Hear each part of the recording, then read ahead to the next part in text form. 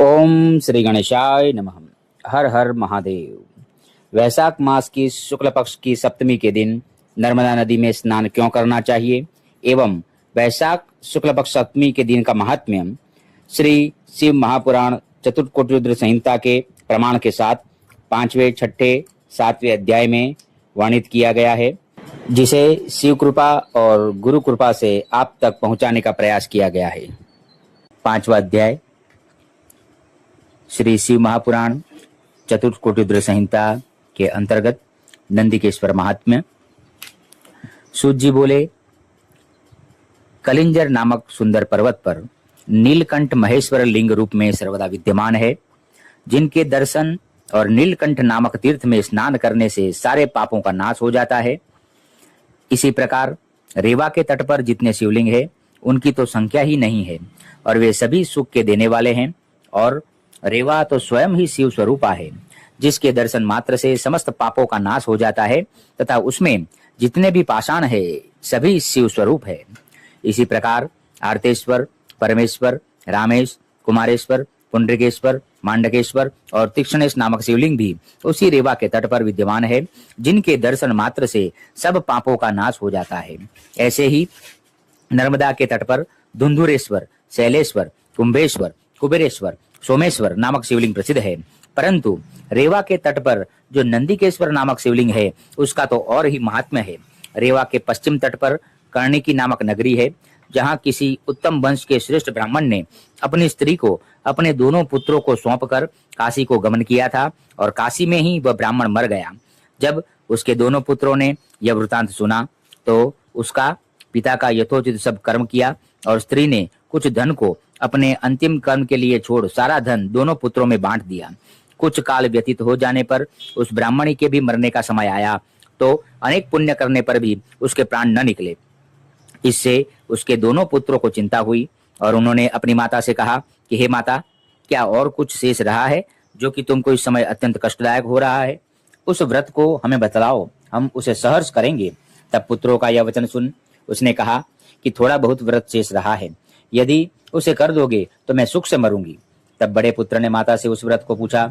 माता ने कहा, पहले काशी में जाने की मेरी इच्छा थी, परंतु बिना गए ही मर रही हूँ। यदि तुम मेरी अस्थियों को बिना आलस्य के गंगा जी में प्रवाहित कर दो, निश्चय ही मेरा कल्याण होगा। सूत जी बोले, ऐसा कह उसकी माता मरने लगी तो उसके उस मृतक वत्सल पुत्र ने उससे सहर्ष प्राण त्यागने का उत्साह दिया। माता ने शिव जी का स्मरण करते हुए अपना प्राण विसर्जन किया। पुनः उसका सब काम किया गया। पश्चात तीर्थ कामना से उसका बड़ा पुत्र सुवाद माता की अस्थि ले काशी गया। वहां जाकर संध्यादिक कर्मों को कर उसने अद्भुत कर्म करने वाले शिव जी की स्तुति की। तब वह काशी में जिस ब्राह्मण के घर ठहरा था वहां रात में एक आश्चर्य हुआ, उसे आदर सहित सुनिए। श्री शिव महापुराण चतुर्कोटि रुद्र संहिता का 6वां अध्याय, ब्राह्मणी की स्वर्ग गति वर्णन। सूत जी बोले, ब्राह्मण के आंगन में एक सुंदर गाय बंधी थी और उसका बछड़ा भी था, परंतु सायंकाल के समय दूही न जा सकी थी क्योंकि ब्राह्मण घर में नहीं था। जब रात में वह घर आया तो गाय को दूही न देख खेदित हुआ। उसने शीघ्र ही अपनी स्त्री को बुलाया और बछड़ा छोड़ गाय को धोने चला। जब बछड़े ने गौ को पहना दिया तो ब्राह्मण उसे खूंटे से बांधकर गाय के थन से दूध निकालने चला। बछड़े ने उछल कूद कर उसका पैर कुचल दिया, जिससे वह ब्राह्मण बड़ा पीड़ित हुआ। उसने क्रोध कर उस बछड़े को बहुत मारा, जिससे कुछ काल में बछड़ा शांत हुआ और ब्राह्मण ने गाय दूह ली, परंतु क्रोध से उसने बछड़े को नहीं छोड़ा। तब बछड़े को दूध पिलाने की प्रीति से गौ रुदन करने लगी। उस समय अपनी माता को डकारते देख बछड़े ने कहा कि हे माता, तुम क्यों रोती हो? तुमको कौन दुखा पहुंचा है? यह सुन गाय ने बछड़े से कहा, हे पुत्र, मैं कुछ कह नहीं सकती। इस दुष्ट ने जो तुझे ताड़न दिया है, इसी कारण मैं दुखी हूँ। अपनी माता का वचन सुन बछड़े ने उसे समझाया और प्रारब्ध के ऊपर संतोष कर अपनी माता से बोला, क्या करे, कहाँ जाए? हम कर्मों से बंधे हैं, जैसा पहले कर चुके हैं वैसा अब भोगते हैं। हंसकर कर्म किया जाता है और रोकर उसे भोगा जाता है। कोई सुख दुख का देने वाला नहीं है। अपने किए हुए कर्मों का फल दूसरा ही देता है। अपने कर्मों से ही सुख और दुख होता है, कारण कर्म ही पूजनीय है। सब कुछ कर्मों में ही स्थित है। इसी से मेरी तू माता और मैं तेरा पुत्र हूँ। ये जितने जीवादि है वे सब कर्म से बंधे हैं, इस कारण तू चिंता न कर। तब गाय अपने पुत्र की इस प्रकार ज्ञानपूर्ण वचनों को सुन पुत्र शोक से व्याकुल और दीन हुई यह वाक्य बोली कि हे वत्स, मुझे सब ज्ञात है। सब जीव कर्म के अधीन है, तब भी माया से फंसी हुई मैं दुख को प्राप्त हो रही हूँ और रुदन करने पर भी मेरे दुख नहीं छूटते। तब माता के ऐसे वचन सुनकर बछड़ा बोला, यदि तू ऐसा जानती है तो फिर क्यों रोती है? कर्म को बिना भोगे कोई उपाय नहीं है, अतएव दुख का त्याग करो। पुत्र के इस कथन को सुनकर माता गाय ने अत्यंत दुखित हो एक दीर्घ निश्वास ली और बछड़े से कहा कि मेरा दुख तो तब जाएगा जब वैसा ही दुख ब्राह्मण को हो। हे पुत्र, प्रातःकाल मैं उसे अपने सिंगों से ऐसा मारूंगी कि जिससे शीघ्र ही विदीर्ण हो वह तत्काल ही अपने प्राण त्याग देगा, इसमें कोई संदेह नहीं है। बछड़े ने कहा, नहीं, यह कदापि नहीं होना चाहिए, क्योंकि एक तो पहले ही न जाने ऐसा कौन सा दुष्कर्म किया है कि जिसका फल अब भोग रही हो, फिर अब ब्रह्म हत्या का फल पाओगी। जब पुण्य और पाप समान होता है तब इस संसार में जन्म होता है, और जब इन पाप पुण्य दोनों के भोग नष्ट हो जाते हैं तब मुक्ति प्राप्त होती है। कभी कर्मों का नाश और कभी भोग का नाश होता है, इस कारण तू ऐसा कर्म न कर। कहाँ मैं तेरा पुत्र और कहाँ तू मेरी माता? तब माता तथा पुत्रत्व में इतना व्यर्थ का अभिमान क्यों?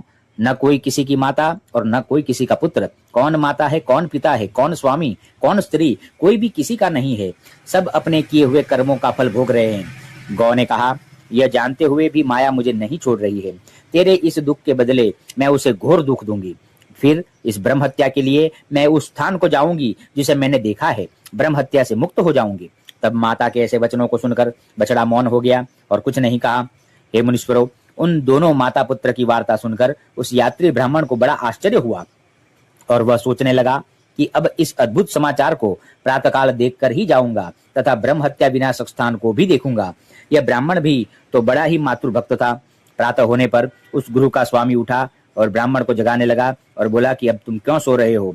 पूर्ण प्रातःकाल हो गया, अब अपनी यात्रा करो और जहां तुम्हारी इच्छा जाने की हो उस देश को जाओ। पथिक ने कहा, मेरे और मेरे सेवक के शरीर में कुछ पीड़ा है, इससे यहाँ थोड़ा समय ठहर कर जाऊंगा। ब्राह्मण कुछ न बोला और स्वयं कहीं जाने के विचार से अपने पुत्र को बुला उसे गाय दूहने को कहकर चला गया। पुत्र ने उठकर गाय दूहने को बछड़ा खोला। उसकी माता भी स्वयं गाय दूहने आई। तब उसके पुत्र ने बछड़े को खोलकर ज्यों ही गाय के आगे ले जाकर बांधा, त्यों ही गाय ने अपने सींगों से उस पर ऐसी सांघातिक चोट की कि वह पृथ्वी पर गिरकर तत्काल ही मर गया। यह देख उसकी माता चिल्लाकर पुत्र शोक से घोर विलाप करने लगी। लोगों ने दौड़कर ब्राह्मण को बुलाया। इतने में ब्राह्मणी ने क्रुद्ध हो गाय को खूंटे से खोल दिया और कहा कि इस गाय को लेकर क्या करेंगे। वह श्वेत गौ खूंटे से छूटकर जो बाहर चली तो लोगों ने देखा कि उसका सारा शरीर काला हो गया। उस पर ब्रह्म हत्या का पाप चढ़ बैठा। फिर तो वह पूंछ उठाए अपने निर्दिष्ट स्थान को चली। वह यात्री ब्राह्मण भी अपने सेवक सहित उसके पीछे चला। चलते चलते वह गौ नर्मदा के तट पर नंदिकेश्वर महादेव के स्थान में जा पहुंची। वहां जाते ही उसने जो नर्मदा में 3 गोते लगाए तो उसके सारे पाप छूट गए। नंदिकेश्वर की कृपा और नर्मदा के महात्म्य से ब्रह्म हत्या से दूर भाग गई। ब्रह्म हत्या से निवृत्त हो वह फिर श्वेत शरीर धारण कर अपने स्वामी ब्राह्मण के घर चली। उधर यात्री ब्राह्मण के समक्ष एक सुंदर स्त्री आ खड़ी हुई। उसने कहा, क्या देखते हो? तुम भी नर्मदा में स्नान कर अपनी माता के कष्टों को दूर करो। आज वैशाख शुक्ल पक्ष की सप्तमी है। आज के दिन गंगा जी यहाँ विद्यमान रहती है। इनके जल में अपनी माता की अस्थियां बहाकर उसे मुक्त करो। ऐसा कह वह स्त्री अंतर्ध्यान हो गई। वह गंगा जी थी। ब्राह्मण ने स्नान कर अपनी माता की अस्थियां बहाई। उसकी माता दिव्य शरीर धारण कर आकाश से उसे धन्य धन्य कहने लगी। फिर आशीर्वाद दे स्वर्ग को प्राप्त हुई। शिव जी के श्रेष्ठ प्रसाद से उसे श्रेष्ठ गति प्राप्त हुई। ब्राह्मण प्रसन्न हो अपने घर आया। श्री शिव महापुराण चतुर्कोट रुद्र संहिता का 7वां अध्याय। नंदी के शिवलिंग का महात्मा वर्णन। ऋषि बोले, हे सूत जी, वैशाख शुक्ल पक्ष सप्तमी को नर्मदा नदी पर गंगा जी क्यों आती है और श्री नंदिकेश्वर जी किस प्रकार प्रसिद्ध हुए, यह सब आप हमसे सप्रेम कहिए। सूत जी कहने लगे, एक ऋषि का नामक ब्राह्मण की कन्या थी जो विवाह होने पर विधवा हो गई। तब उसने शिव जी का व्रत धारण कर पार्थिव लिंग पूजन करना आरंभ किया और कठिन तप आरंभ किया। उसी समय मायावी नामक एक श्रेष्ठ दैत्य ने आकर उससे काम विहार की प्रार्थना की, परंतु वह तो परम शिव भक्ता थी। उसने काम दृष्टि से उसे नहीं देखा और शिव जी के ध्यान में लगी रही। ब्राह्मणी द्वारा अपमानित दैत्य ने अपना तिरस्कार समझ उसे भयानक रूप दिखाया और बहुत सा दुर्वचन कहा, परंतु उससे कुछ भी भयभीत न हो ब्राह्मणी और भी तीव्र गति से शिव शिव जपने लगी। वह अपनी धर्म रक्षा के लिए शिव जी की शरण में गई। शरणागत वत्सल शंकर जी ने प्रकट होकर काम से व्याकुल उस मूढ़ दैत्यपति को उसी समय भस्म कर दिया और ब्राह्मणी से वर मांगने को कहा। ब्राह्मणी हाथ जोड़ सिर झुकाकर शिव जी की स्तुति करने लगी। ऋषिका ने कहा, हे देव देव महादेव, हे दीनबंधु भक्त रक्षक, आपने इस मूढ़ नामक दैत्य से मेरा धर्म बचाया तथा हे संसार के रक्षक, आपने इस दैत्य को मारा। हे नाथ, मैं यही वर मांगती हूँ कि मुझे अपने चरणों में लगा अपनी अविनाशिनी भक्ति प्रदान कीजिए। इससे अधिक मैं आपसे और क्या मांगू। हे विभो, हे महेश्वर, मैं आपसे दूसरा वर यह मांगती हूँ कि आप लोगों के उपकारार्थ यहीं विराजमान होइए। जब ऐसा कहकर ऋषिका चुप हो गई, तब दयालु शिव जी ने कहा, हे ऋषिके, तुम मेरी परम भक्त है, इसलिए जो वरदान तुमने मांगा है वह मैंने दिया। शिव जी को प्रकट हुआ जानकर उसी समय ब्रह्मा विष्णु आदि सभी देवता वहां आए और उन्होंने हाथ जोड़कर शिव जी की स्तुति की।